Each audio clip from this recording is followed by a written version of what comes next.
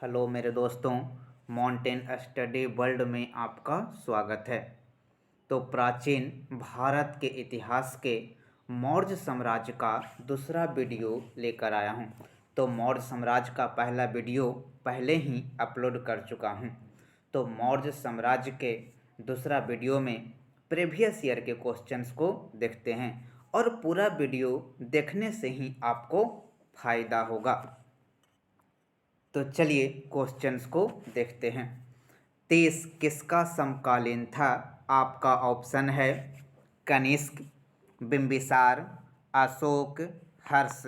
तो आपका right answer हो जाएगा अशोक।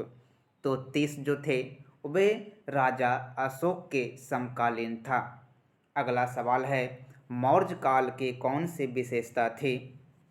आपका ऑप्शन है सोने का आयात, सरकारी बाजार नियंत्रण, मुद्रा का अप्रचलन, मुद्रा का प्रचलन। तो आपका राइट आंसर हो जाएगा मुद्रा का प्रचलन। तो मौर्य काल की विशेषता थी, मौर्य काल में मुद्रा का प्रचलन हो चुका था। तो आपका राइट आंसर हो जाएगा 41 का डी। मौर्यों की राजकीय मुद्रा पन थी। यह 3/4 तोले के बराबर चांदी का सिक्का था। अधिकारियों को वेतन आदि देने में इसी का प्रयोग होता था।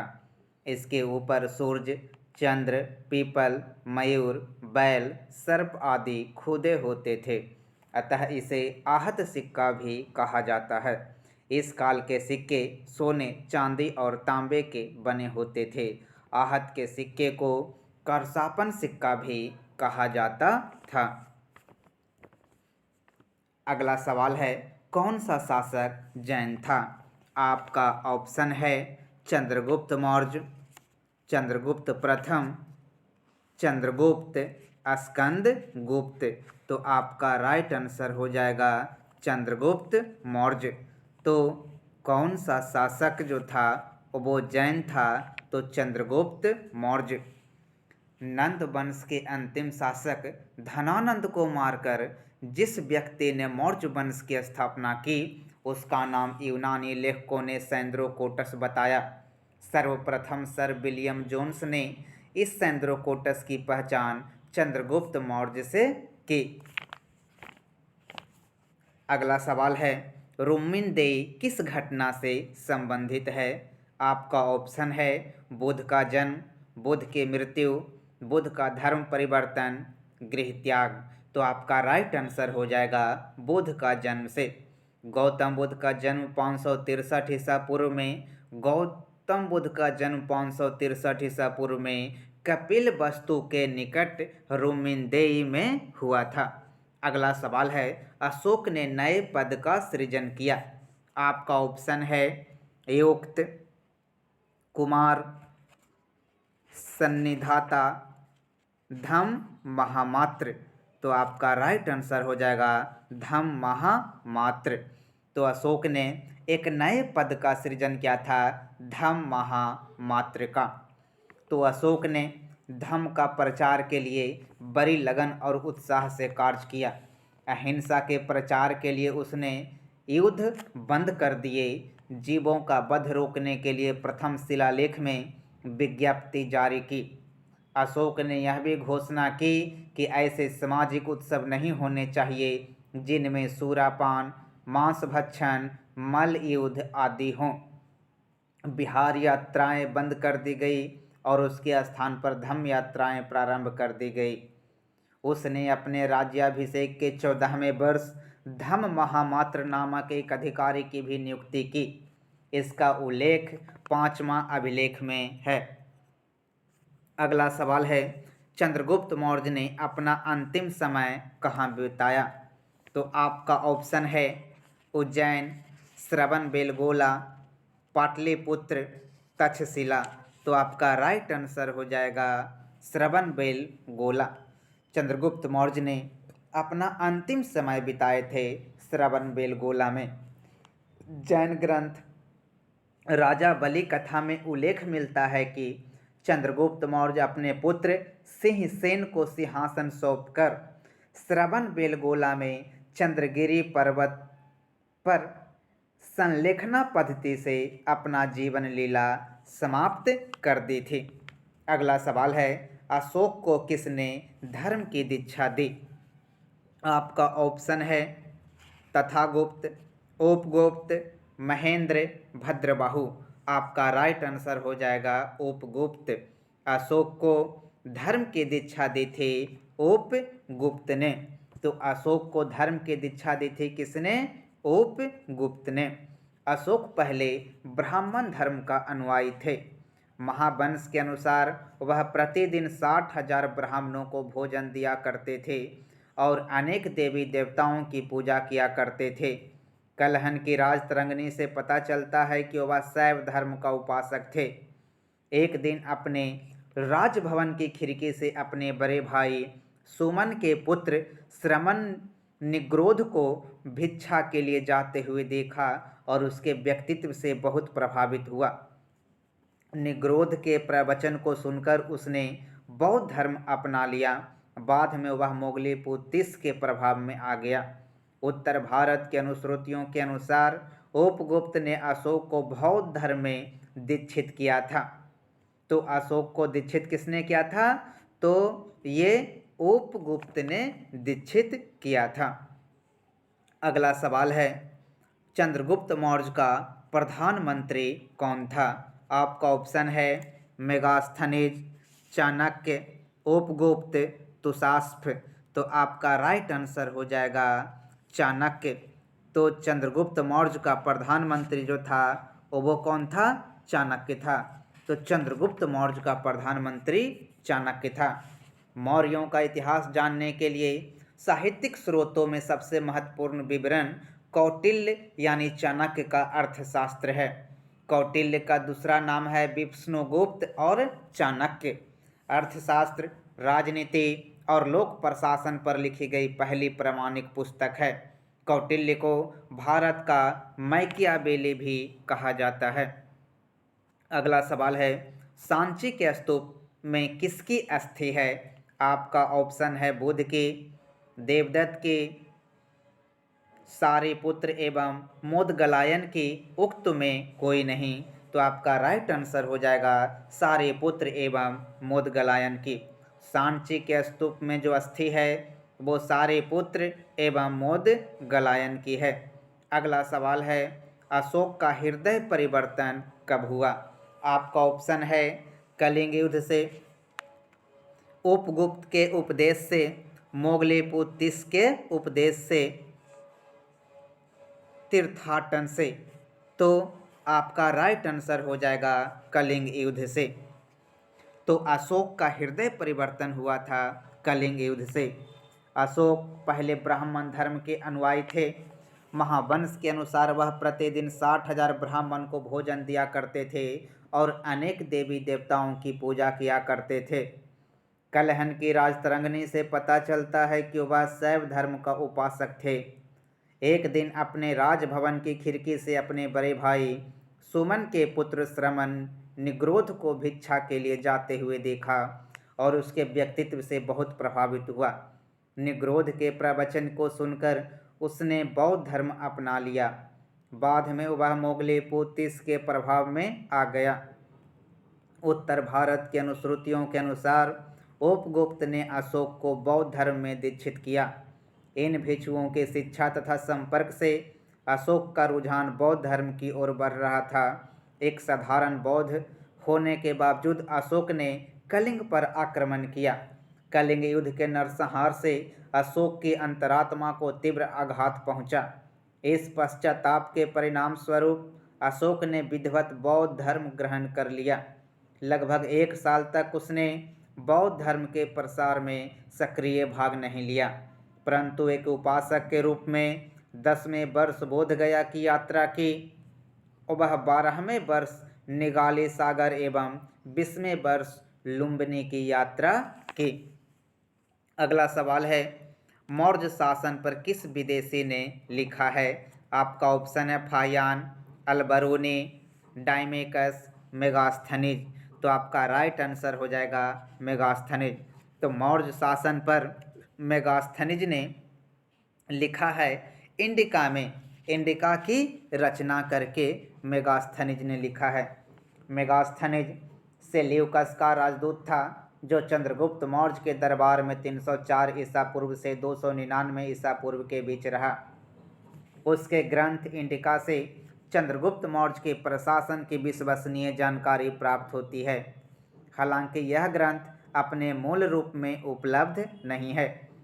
चंद्रगुप्त की राजधानी पाटलिपुत्र का विस्तृत वर्णन किया है मेगास्थनीज ने। उसके अनुसार पाटलिपुत्र गंगा तथा सोन नदियों के संगम पर स्थित था तथा पूर्वी भारत का सबसे बड़ा नगर था। मेगास्थनीज ने सैन्य प्रशासन का भी वर्णन किया है। इसके अनुसार सैन्य प्रशासन 6 समितियों द्वारा किया जाता था। अगला सवाल है, मेगास्थनीज का आगमन हुआ किसके दरबार में? आपका ऑप्शन है चंद्रगुप्त मौर्य, चंद्रगुप्त, कनिष्क, हर्ष। तो मेगास्थनीज का आगमन हुआ था चंद्रगुप्त मौर्य के दरबार में। मेगास्थनीज सेल्यूकस का राजदूत था जो चंद्रगुप्त मौर्य के दरबार में 304 ईसा पूर्व से 299 ईसा पूर्व के बीच रहा।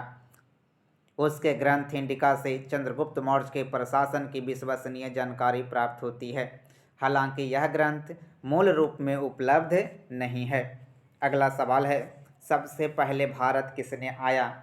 मेगास्थनीज ने, Ibn Battuta, Fahien, Marco Polo. तो आपका राइट आंसर हो जाएगा मेगास्थनीज ने। तो सबसे पहले भारत आया मेगास्थनीज ने। अगला सवाल है, चंद्रगुप्त मौर्य की तिथि की जानकारी कहाँ से प्राप्त होती है? आपका ऑप्शन है यूनानी स्रोत, जैन साहित्य, इंडिका, बौद्ध साहित्य। तो आपका राइट आंसर हो जाएगा यूनानी स्रोत। चंद्रगुप्त मौर्य की तिथि की जानकारी यूनानी स्रोतों से प्राप्त होती है। अगला सवाल है, चंद्रगुप्त मौर्य अपने अंतिम समय किस धर्म का अनुयायी हो गया था? आपका ऑप्शन है शैव, जैन, वैष्णव, बौद्ध। तो आपका राइट आंसर हो जाएगा जैन। तो चंद्रगुप्त मौर्य अपने अंतिम समय जैन धर्म का अनुयायी हो गया था। जैन ग्रंथ राजा बलि कथा में उल्लेख मिलता है कि चंद्रगुप्त मौर्य अपने पुत्र सिंहसेन यानी बिंदुसार को सिंहासन सौंपकर चंद्रगिरी पर्वत चला गया जो कर्नाटक में स्थित है और वहीं तपस्या करके संलेखना पद्धति से अपना जीवन लीला समाप्त कर दी। अगला सवाल है,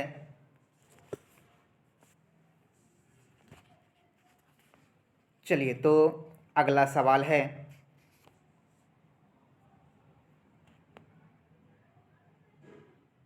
मौर्य वंश का अंत किसने किया? तो मौर्य वंश का अंत किसने किया? आपका ऑप्शन है शुंग, सातवाहन, कुषाण, गुप्त। तो आपका राइट आंसर हो जाएगा शुंग ने। तो मौर्य वंश का अंत किसने किया? शुंग ने किया था मौर्य वंश का अंत। तो आपका 55 का राइट आंसर हो जाएगा ए। अशोक के बाद मौर्य उत्तराधिकारियों के नाम स्पष्टतः प्राप्त नहीं होते हैं। विभिन्न स्रोतों से कुछ शासकों के नाम मिलते हैं जैसे कुणाल, दशरथ, बृहद्रथ। बृहद्रथ मौर्य वंश का अंतिम शासक था। उसके ब्राह्मण सेनापति पुष्यमित्र शुंग ने 185 ईसा पूर्व में उसकी हत्या कर एक नए वंश शुंग वंश की नींव डाली थी। अगला सवाल है, श्रीलंका में बौद्ध धर्म का प्रचार करने वाले महेंद्र ने किससे बौद्ध ग्रंथों का अध्ययन किया था? आपका ऑप्शन है महाकश्यप, मिलिंद, महेंद्र, मोगलेपुत, टिस। तो आपका राइट आंसर हो जाएगा मोगलेपुत टिस। श्रीलंका में बौद्ध धर्म का प्रचार करने वाले महेंद्र ने मोगलेपुत टिस ग्रंथों का अध्ययन किया था। अगला सवाल है, सिंध से पाटलिपुत्र तक जाने वाले मार्ग का उल्लेख किसने किया है? आपका ऑप्शन है सिकंदर, मेगास्थनीज, फाहियान, कौटिल्य। तो आपका राइट आंसर हो जाएगा मेगास्थनीज ने। सिंध से पाटलिपुत्र तक जाने वाले मार्ग का उल्लेख किया है इंडिका में मेगास्थनीज ने। अगला सवाल है, धर्म महामात्र कौन थे?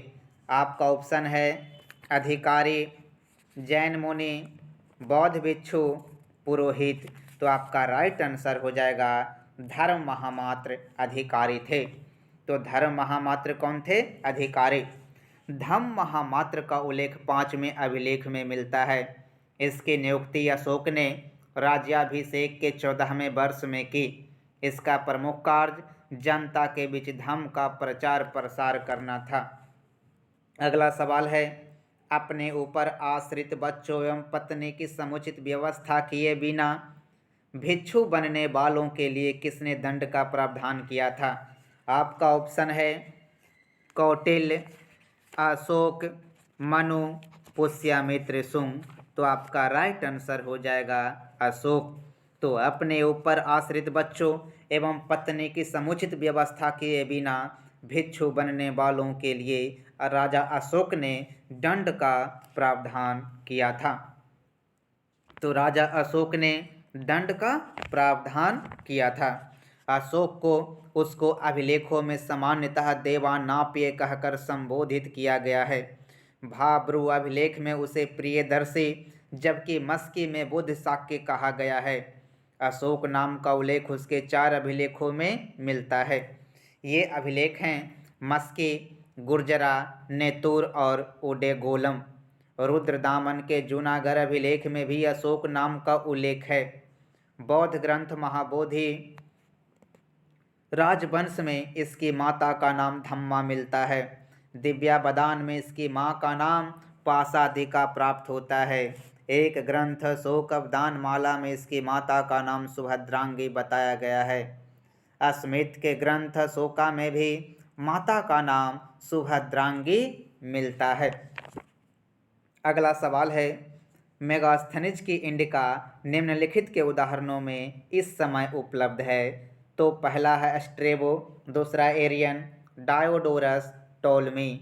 तो आपका राइट आंसर हो जाएगा स्ट्रेबो, एरियन, डायोडोरस। तो आपका हो जाएगा स्ट्रेबो, एरियन, डायोडोरस। तो मेगास्थनीज जो थे सेल्यूकस का राजदूत था जो चंद्रगुप्त मौर्य के दरबार में 304 ईसा पूर्व से 299 ईसा पूर्व के बीच रहा। उसके ग्रंथ इंडिका से चंद्रगुप्त मौर्य के प्रशासन की विश्वसनीय जानकारी प्राप्त होती है। हालांकि इंडिका जो है अपने मूल रूप में उपलब्ध नहीं है, फिर भी इसका उदाहरण अनेक यूनानी लेखकों Arrian, Strabo, Plutarch, Pliny, Justin एवं डायोडोरस आदि के उदाहरणों से प्राप्त होते हैं। अगला सवाल है, पत्थर को चमकाने की कला ऐसी पूर्णता तक पहुंच चुकी थी कि इसके लिए आधुनिक क्षमता से परे लुप्त कला हो जाने की बात कही जाती है। आपका ऑप्शन है मौर्य, पल्लव, गुप्त, राष्ट्रकूट। तो आपका राइट आंसर हो जाएगा मौर्य। अगला सवाल है, किस ग्रंथ से पता चलता है कि अशोक कश्मीर का संस्थापक था? दिव्यावदान, महावंश, दीपवंश, राजतरंगिणी। तो आपका राइट आंसर हो जाएगा राजतरंगिणी। तो कलहन की राजतरंगिणी से पता चलता है कि अशोक कश्मीर का संस्थापक था। अगला सवाल है, श्रवणबेलगोला कहाँ स्थित है? आपका ऑप्शन है तमिलनाडु, गुजरात, कर्नाटक, आंध्र प्रदेश। तो आपका राइट आंसर हो जाएगा कर्नाटक। तो श्रवणबेलगोला स्थित है कर्नाटक में। श्रवणबेलगोला कहाँ स्थित है? कर्नाटक में। जैन ग्रंथ राजा बलि कथा में उल्लेख मिलता है कि चंद्रगुप्त मौर्य अपने पुत्र बिंदुसार को सिंहासन सौंपकर चंद्रगिरी पर्वत जो कि श्रवणबेलगोला में है और श्रवणबेलगोला कर्नाटक में है, वो वहीं तपस्या करके संलेखनापत्ति से अपनी जीवन लीला समाप्त कर ली थी। अगला सवाल है, पौदवाध्यक्ष का कार्य किसका निरीक्षण करना था? आपका ऑप्शन है नौका, राजकीय रंधनशाला, सिक्कों का ढालना, मापतौल। तो आपका राइट आंसर हो जाएगा मापतौल। पौदवाध्यक्ष का कार्य मापतौल का निरीक्षण करना था। मेरे दोस्त अभी तक मेरे चैनल को सब्सक्राइब नहीं किए हैं तो सब्सक्राइब जरूर करें। अगला सवाल है, किसके अनुसार मौर्यों के शासनकाल में जहाज रानी पर राज्य का एकाधिकार था? आपका ऑप्शन है कौटिल्य, टॉलमी, एरियन, प्लिनी। तो आपका राइट आंसर हो जाएगा कौटिल्य। कौटिल्य के अनुसार मौर्यों के शासनकाल में जहाज रानी पर राज्य का एकाधिकार था। जहाज रानी का सर्वप्रथम उल्लेख अर्थशास्त्र में मिलता है। इसके अनुसार जहाज रानी पर राज्य का नियंत्रण था। अगला सवाल है, अशोक ने किस अभिलेख में कहा था सभी मनुष्य मेरी संतान है? आपका ऑप्शन है पांचवा शिलालेख, छठा स्तंभलेख, प्रथम पृथक शिलालेख, द्वितीय पृथक शिलालेख। तो आपका राइट आंसर हो जाएगा प्रथम पृथक शिलालेख। तो अशोक ने प्रथम पृथक शिलालेख में कहा था सभी मनुष्य मेरी संतान है।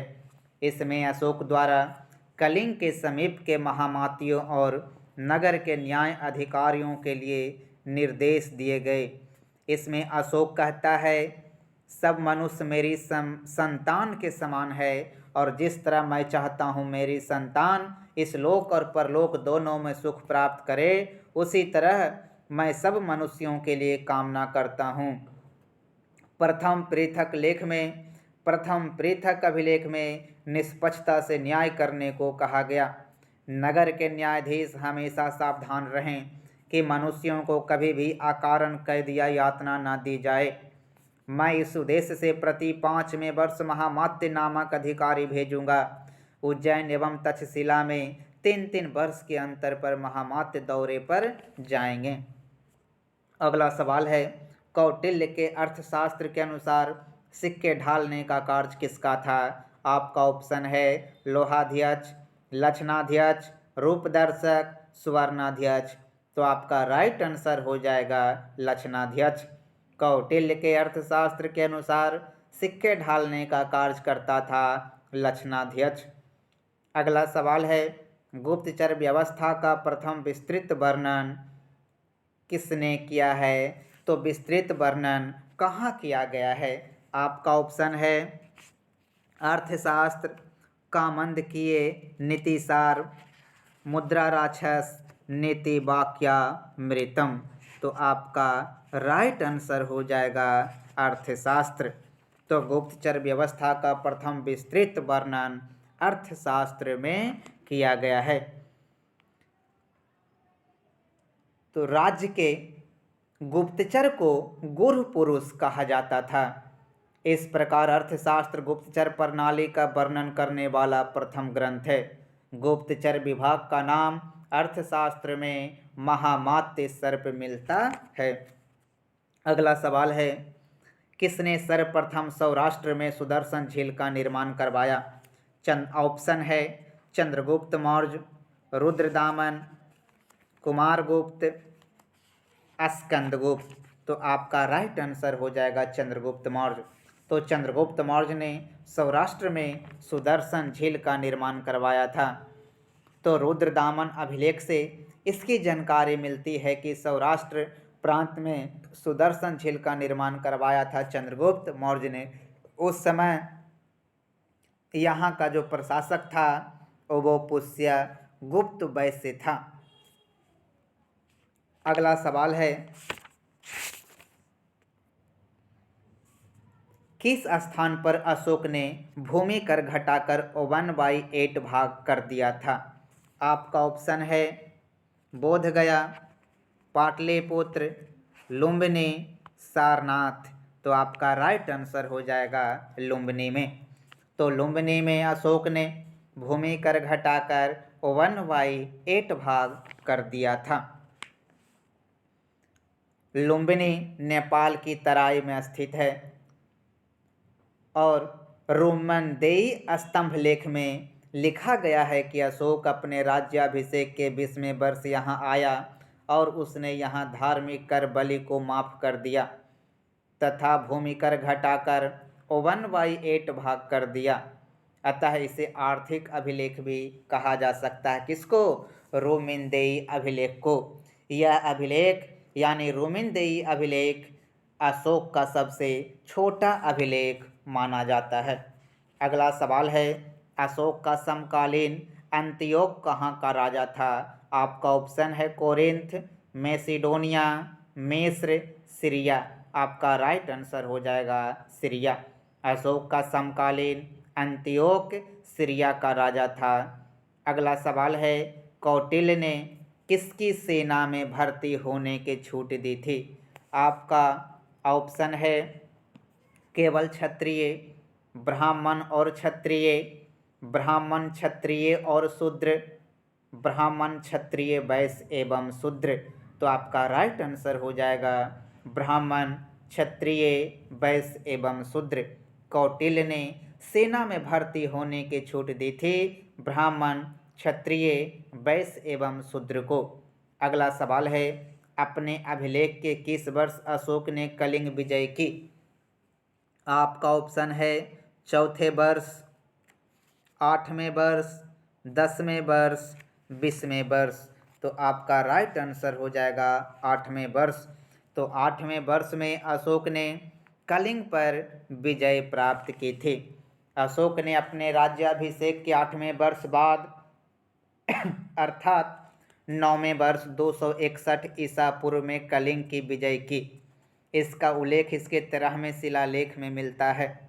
नंद वंश के पतन के बाद कलिंग स्वतंत्र हो गया था, अतः सुरक्षा के दृष्टि से कलिंग को जीतना आवश्यक था।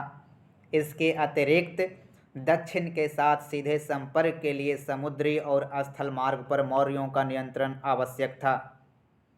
कलिंग यदि स्वतंत्र देश रहता तो समुद्री और स्थल मार्ग से होने वाले व्यापार में रुकावट पड़ सकते थे, अतः कलिंग को मौर्य साम्राज्य में मिलना आवश्यक था। कलिंग युद्ध में हुए नरसंहार तथा विजित देश की जनता के कष्ट से अशोक की अंतरात्मा को तीव्र आघात पहुंचा। अशोक की भीषणता का अशोक पर गहरा प्रभाव पड़ा, यानी युद्ध का भीषणता पर अशोक का गहरा प्रभाव पड़ा। अशोक ने युद्ध की नीति को सदा के लिए त्याग दिया और दिग्विजय के स्थान पर धम्म विजय की नीति को अपनाया था। अगला सवाल है, चंद्रगुप्त मौर्य का समकालीन सौराष्ट्र का प्रांतीय शासक कौन था? आपका ऑप्शन है बिंदुसार, पुष्यगुप्त, तुषास्प, राधागुप्त। तो आपका राइट आंसर हो जाएगा पुष्यगुप्त। चंद्रगुप्त मौर्य का समकालीन सौराष्ट्र का प्रांतीय शासक था पुष्यगुप्त। तो मेरे दोस्त, अगर आपको घर बैठे ऑनलाइन क्विज ज्वाइन करना चाहते हैं तो आप शाम को 7:30 बजे जूम ऐप पर ज्वाइन कर सकते हैं।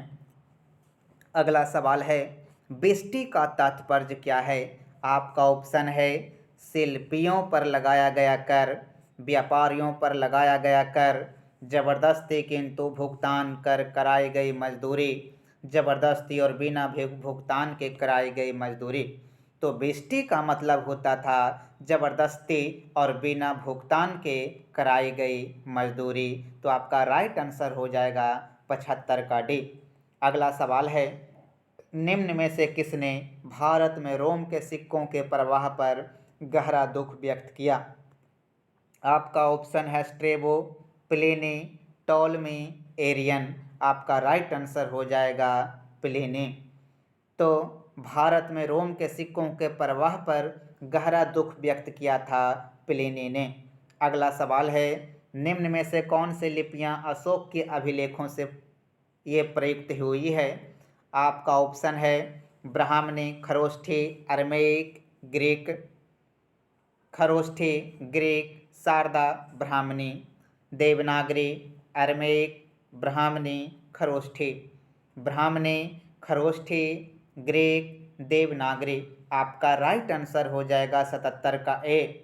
तो ब्राह्मणी, खरोष्ठी, अरमेइक, ग्रीक, ये अशोक के अभिलेखों में ये लिपियां प्रयुक्त हुई थी। अगला सवाल है, कौटिल्य के अर्थशास्त्र के अनुसार दीवानी कचहरी को क्या कहा जाता था? आपका ऑप्शन है प्रतिष्ठा, धर्मस्थीय, कंटक शोधन, दंडाधिकारी। आपका राइट आंसर हो जाएगा धर्मस्थीय।